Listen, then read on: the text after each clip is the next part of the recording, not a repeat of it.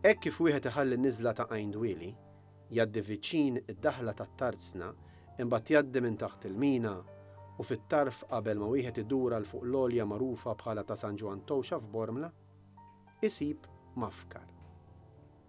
Mafkar mimli memorji ta' dieqa.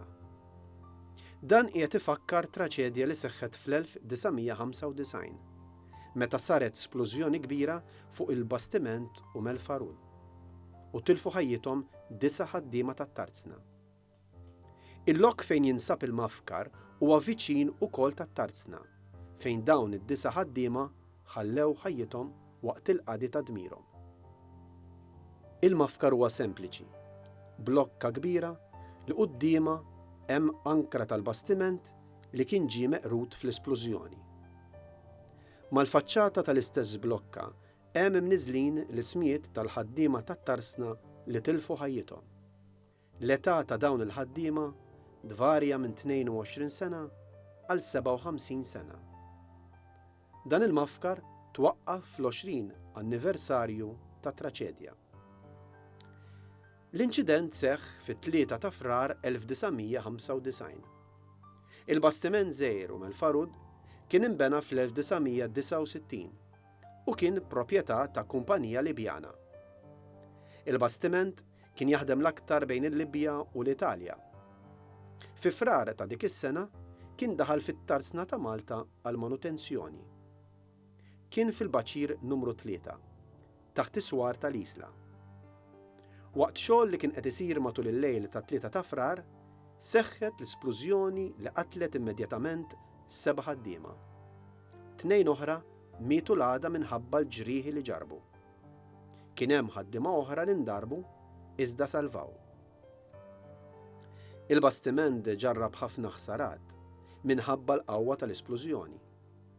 Il-ħsarat kienu tant estensivi li kien ġie deċiż li ma setax jintuża iżjed u kien iddikjarat bħala total loss. Fl-istess ħin, il-bastiment jew aħjar il-fdalijiet tiegħu baqgħu fil-baċir għal 3 snin, sakemm saru l-investigazzjonijiet neċessarji, kif ukoll ittieħdet id-deċiżjoni ta' x'kien sejjer isir minnu.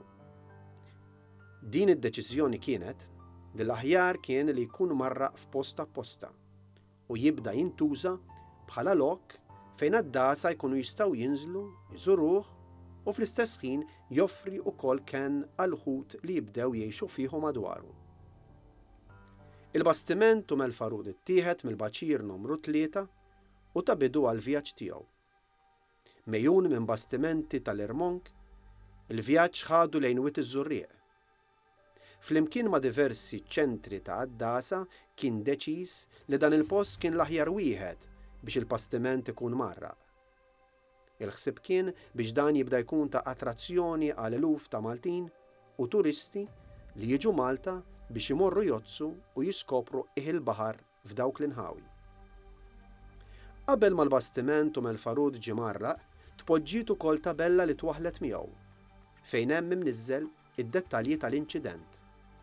Dan sar sabiex barra li l-istess bastiment ikun memorja għall-vittmi, fl-istess ħin kull min jinżel u jodos fuq ikun ukoll konxju ta' dak li seħħ u tal-vittmi li ħallew ħajjithom.